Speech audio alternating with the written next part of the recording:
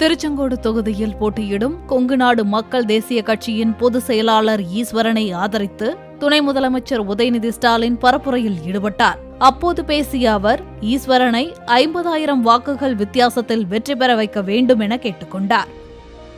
பாசிச பாஜக அரசு கொண்டு வந்த அந்த டீலிமிட்டேஷன் மசோதாவுக்கு நம்முடைய தலைவர் தீயிட்டு கொளுத்தி எரிச்சாங்க.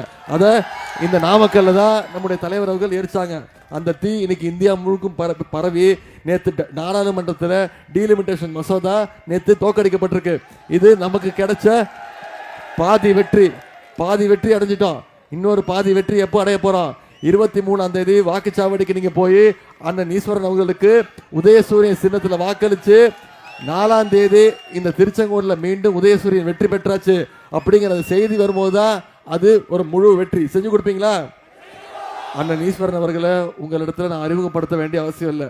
உங்க அத்தனை பேருக்கும் தெரிஞ்சவர் தான். கடந்த 5 ஆண்டுகளா நம்முடைய தலைவர் அவர்களுக்கு எல்லா வகையிலும் உறுதுணையா இருக்கக்கூடியவர் தான் அண்ணன் ஈஸ்வரன் அவர்கள். பாசிசத்துக்கு எதிரான அனைத்து போராட்டங்களையும் நம்முடைய கழகத்திற்கு தலைவருக்கு பக்கபலமா இருக்கக்கூடியவர் தான் அண்ணன் ஈஸ்வரன் அவர்கள். திருச்செங்கோடு தொகுதி மக்கள் மேல மிகுந்த பேரன்பு கொண்டவர் அண்ணன் ஈஸ்வரன் அவர்கள்.